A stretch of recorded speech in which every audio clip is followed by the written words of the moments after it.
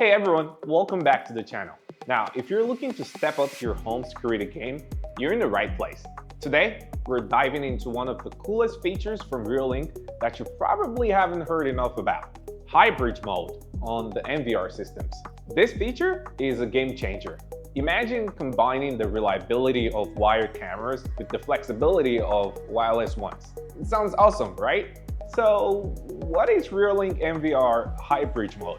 It's a feature that lets devices connected to your NVR PoE ports operate independently on your local area network.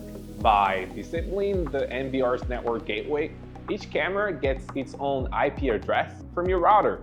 This means you can access your cameras through the NVR for centralized storage or directly via the Reolink app.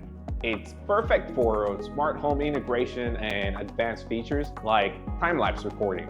Connecting multiple cameras directly to the local area network can increase bandwidth consumption and router load, especially during simultaneous data transmissions. Before using HyBridge Mode though, check compatibility.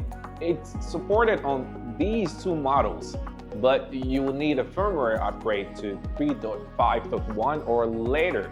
Most Reolink cameras work with HyBridge Mode, except add-on cameras without a UID and battery-powered models. Add-on cameras won't gain new features, and battery cameras lose independent access once connected to the NVR.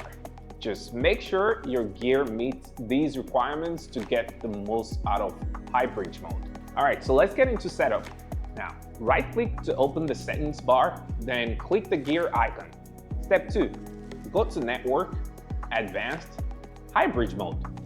Then, confirm by clicking OK. Step 4.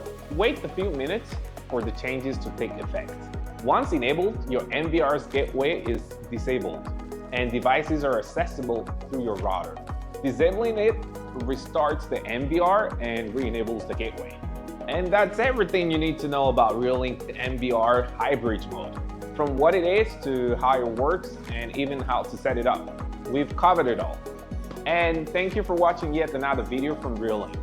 As usual, if you find this video helpful, don't forget to give it a thumbs up. And while you're doing that, consider subscribing.